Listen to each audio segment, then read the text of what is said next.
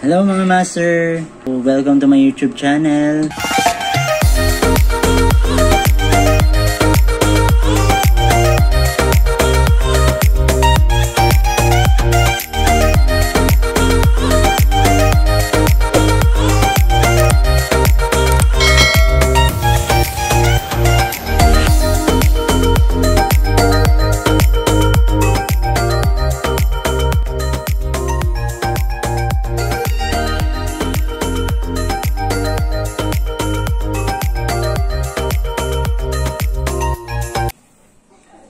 Hello mga master! Ngayon magbibilang tayo ng mga na-harvest natin sa ating piso wifi. So yan mga master, yung ating piso wifi, no, medyo malakas naman ang piso wifi natin dito.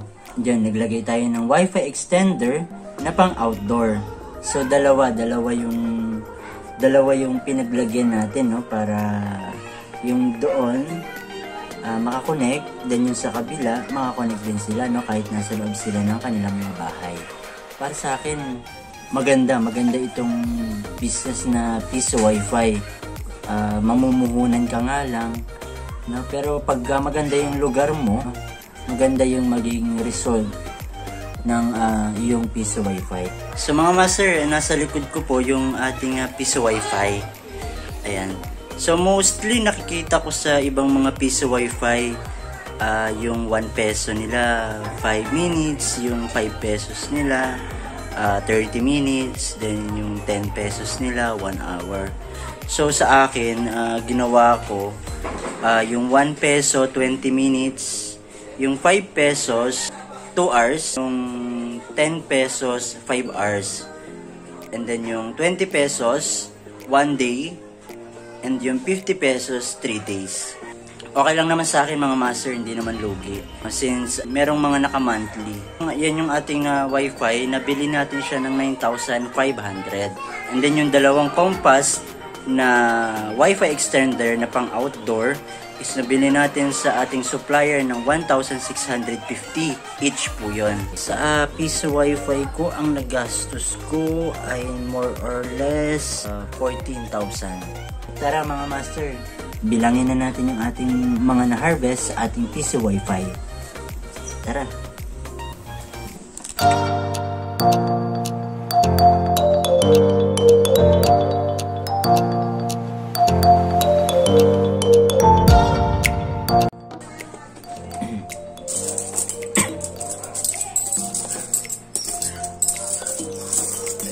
Hindi po COVID yun mga master. Ubo lang yan.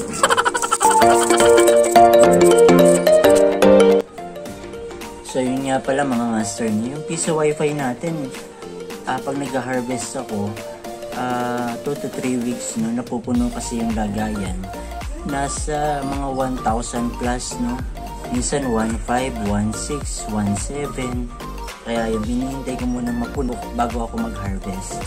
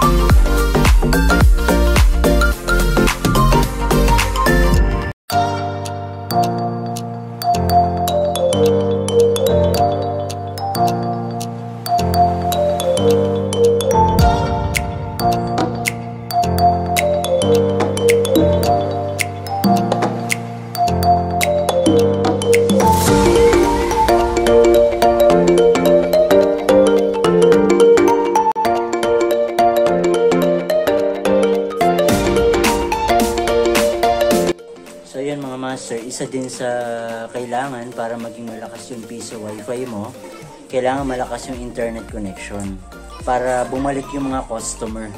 Kasi kapag mahina yung internet mo, possible mahina rin ang magiging sagap nila sa iyong piso wifi.